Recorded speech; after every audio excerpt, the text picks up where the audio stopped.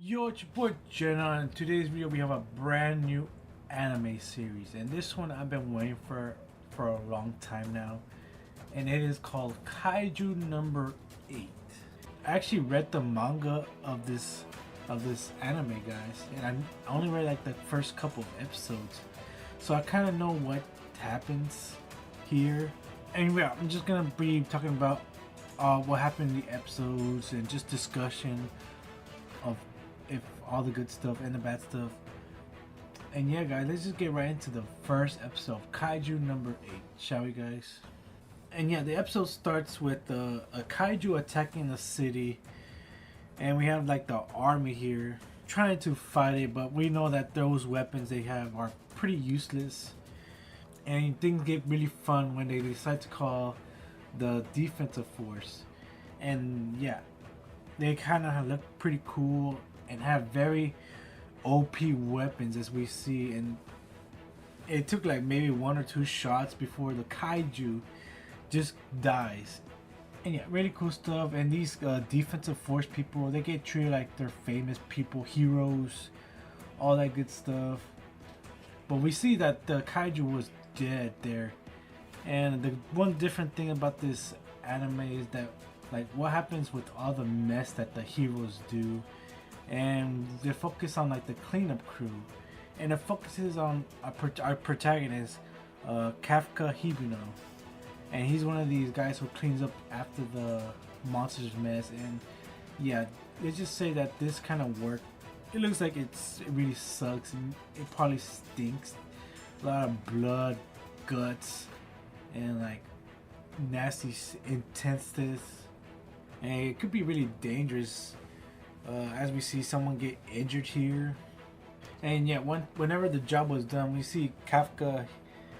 He's at home, just he's beat up after like a long day of work of cleaning and stuff. And the TV turns on, and we get to see like they're talking about the captain who defeated the monster before, and we find out that he actually knew who she was.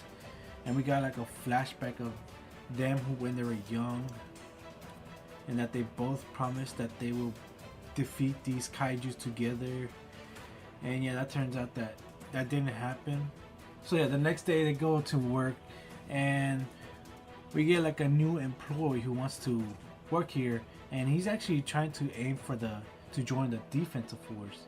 His name was Reno Ichikawa, and yeah, he was very curious to know why Hapka decided to quit the defensive, or just give up. But he didn't really have a good answer. He's just said that it was too much for him, and just not a real good answer. And it is a good question why he just gave up. Was it just that he just keep getting rejected by the program, or what? There's some like moments here with Kapka and Reno, and I gotta say, I really do like their chemistry together. They're really, they just barely met, but they just seem really close, and I really like their chemistry together. And at the end of the day, we get to see Reno here, and he actually thanks Hapka for like helping him for a bit, and he's telling him that he was telling him like information about to become a defensive force. They actually raised the age to 32, which is the age of Kafka. And he's not saying that, he's not trying to tell him what to do with his life, but this was that he just knew that Kafka wanted to become like a defensive force. Whenever he was talking about him giving up, he just knew. He looked so sad. He just says that to not give up in your dreams. He pretends that he don't care, but clearly he does, because he was just talking about it. I mean, yeah, maybe Hapka just needed someone to tell him to like not give up, and maybe this is like a theme for this episode, is to not give up. And you need someone, like if things go down for you, you need someone there to help you and support you when you feel like there's nothing you could do that's gonna help you join the defense force. And yeah, it was all good here until yet another kaiju attacks Hapka and Reno just out of nowhere. And this kaiju was about to eat Reno, but Hafka like rescue him in time. He tells him to run away, and Hafka becomes like the bait for this monster. And the rest of the he was just running for his life the whole time. And realistically, he would have got caught up by now by the monster. Just when his life was flashing away, he gets a flashback yet again of like the girl he met, the captain girl. It just shows that they wanted to become a defensive force together. And I don't know, he was trying to think like how did he end up in this situation? Like how did he become like a cleaner? And it is a good question to say because like what exactly happened where he just gave up. And yeah, this kaiju, it actually attacked Kafka, and he kind of injured his leg here. And yeah, just before he gets eaten, Reno comes with like a stop sign and hits the kaiju out of nowhere, and this apparently stopped the kaiju from eating him, which I don't believe, but okay. But Reno was smart because he actually called the defensive force, because I'm pretty sure they have like their own number, because these attacks are always random and stuff like that. And they saved them.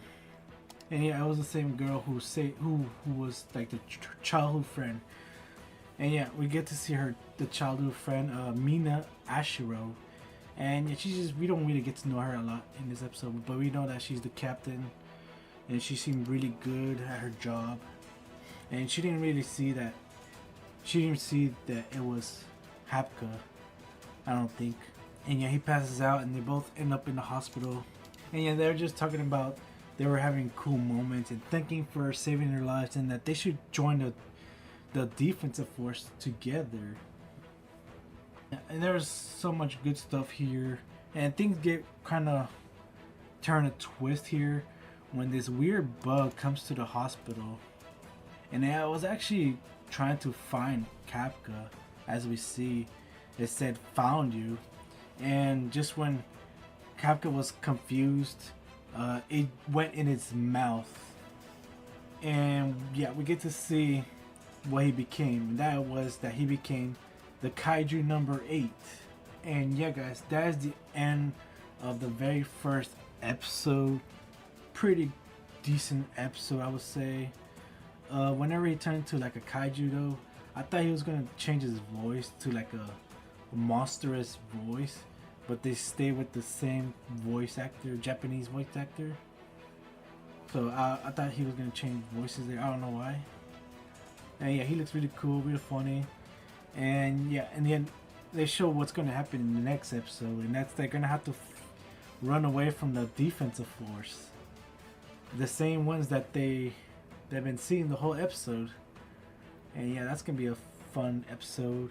Yeah, in the end credits scene, we see yet another flashback of Kapka and Mina Ashiro when they were kids, and he was saying like really cringy things, I'll say, saying that when you get scared, he'll be right by your side, and she was kind of getting mad that he was a liar.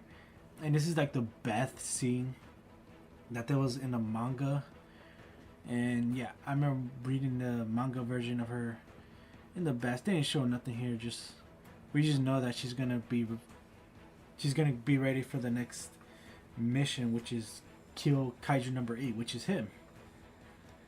But yeah guys, this was a really fun one here. Some fun stuff here to talk about, like why this kaiju specifically target Kafka. I mean, there's really nothing special about him. They're probably gonna say that there's something special with his body or some weird thing like that. They always do that in anime. And like, I guess rewatching this, or I did read the manga, so I'm still curious to why he gave up. Like, why didn't he do the testing with the girl, because they were like really close friends. So did he fail the test and run away from her because he was too ashamed to admit that he failed the test, and she did. Probably that's what happened. I remember.